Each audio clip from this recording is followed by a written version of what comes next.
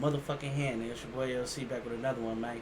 Real Talkative Situations. Though we got the story of the Mexican Mafia prison gang. You know what I'm saying? The black hand out here. You feel me? Fucking with the gang. You new or old to the channel. You still ain't subscribed to hit that motherfucking bell. Then your motherfucking helmet, nigga. Wake your game up. Hit that subscribe, hit that bell, hit that like, comment. Fuck with your boy on IG. Fuck with your boy on Twitch. And fuck with your boy backup channel, man. I got 2 strikes on this G thing. We gotta start getting on that motherfucker too. You know what I'm saying? Let's get it though. Mexican Mafia status.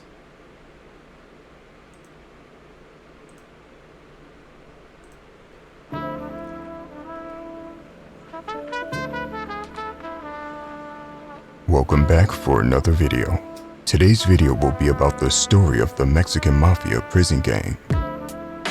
The Mexican Mafia, also known as La M, are the most powerful prison gang in CDC, California Department of Corrections, or prison. They run the California prison system.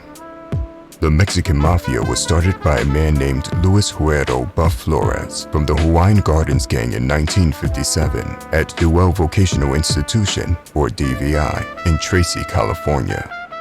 DVI was the last stop for the worst youthful offenders in the California Youth Authority, or CYA system.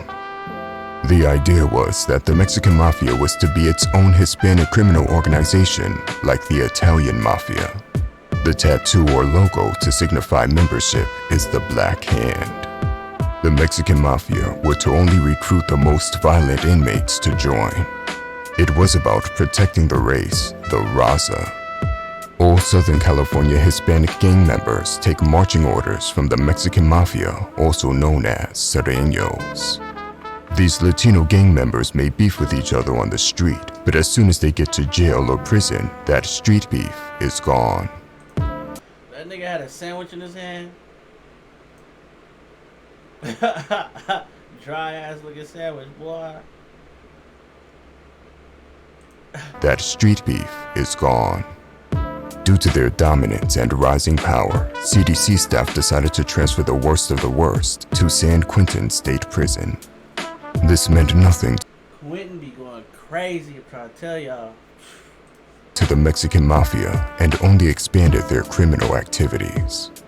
Other prison gangs like the BGF, Black Guerrilla Family, Nuestra Familia, were enemies to La M. The NF. BGF is a prison gang for black inmates. Nuestra Familia, or NF, is the Mexican Mafia's worst rival. It all started over a dispute between shoes. A member of La M stole a pair of shoes from a northerner at San Quentin State Prison. This event put into motion the longest-running gang war in the state of California. Bakersfield is the dividing line between norteños from Northern California and Sereños from Southern California. In 1972, Rodolfo I didn't know that, if that's the truth. Bakersfield is far as fuck. Cheyenne Cadena wanted to make peace with the NF. However, the NF responded by stabbing him to death and throwing him off the tier. A prominent, important figure in the Mexican Mafia was Joe Pegler. See, that's the Quentin, that's how the tiers are. Cause motherfuckers get thrown off. You still can get thrown off that shit. But they got all them bars still, but motherfuckers can fit through that shit. They don't have no problem shaking your cell up and throwing your important shit over the tier, the police, the COs. So a motherfucking person could go down that motherfucker too. Like Morgan. Joe got that name due to his prosthetic leg.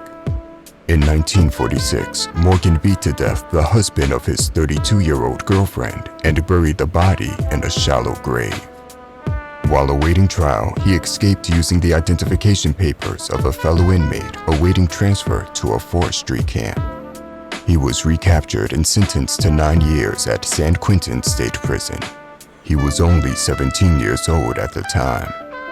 Morgan was well respected within the ranks of the Mexican Mafia and became a high-ranking member. His connections with the drug trade in Mexico helped pave the foundation for the Mexican Mafia's narcotics distribution throughout California.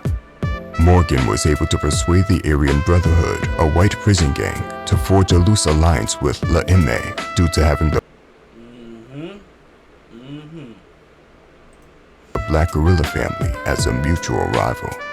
Nuestra Familia is also a rival to both Mexican Mafia and Aryan Brotherhood. On October 27, 1993, Morgan was diagnosed with inoperable liver cancer while serving a life sentence at California State Prison, Corcoran. In 1992, the film American Me was released based on the origins and history of the Mexican Mafia, directed by Edward James Olmos. Segments of the Mexican Mafia were enraged by the film, specifically the lead character's rape as a juvenile and his death at the hands of his own followers at the end of his criminal career. Whether as retaliation over their depiction in the film or as a routine criminal racket, Mexican Mafia member Joe Pegleg Morgan, who served as the inspiration for the character of JD, allegedly attempted to extort money from Olmos. Court documents show that Olmos was a victim in one extortion count contained in a 33-count federal indictment. According to reportage by CBS News Weekly 60 Minutes, 3 consultants on this film were later murdered because of the depiction of a homosexual rape scene, which offended the Mexican Mafia gangsters. Rene Boxer Enriquez was a former Mexican Mafia member turned informant for the police. He wrote a book called The Black Hand. He had been giving police intel on the Mexican Mafia operations for over 2 decades. In the summer of 2022, he was granted parole after previous parole requests were denied. He will be in the witness protection program forever. In 2017 in San Bernardino, Carmen Rodriguez was gunned down. Damn, I wonder how they ain't get that nigga for that long. Goddamn.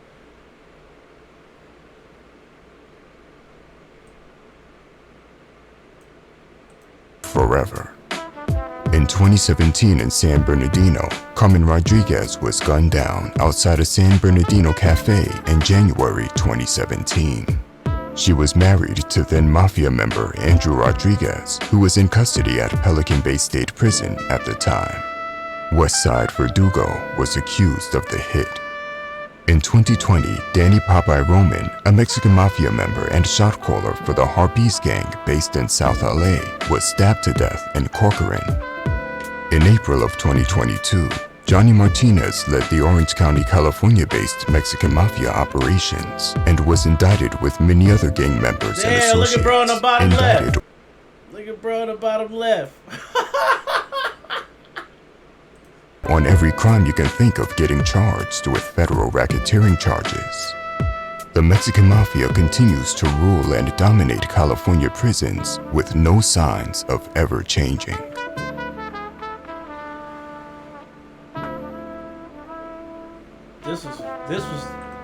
This was hella good. Bruh did his homework, you can tell. You know what I'm saying? I don't think he lied about shit. Honestly, what about y'all, man? Put y'all input up in this motherfucker. I know y'all is going to, you know. Straight up. Fucking with it though. Straight up. Like this shit the fuck up. Comment up under this motherfucker, all the shit. Thank you. Fuckin' what's happening, man. Yeah. Sure. Nigga, what's happening? Man. Yeah. Nigga, what's happening?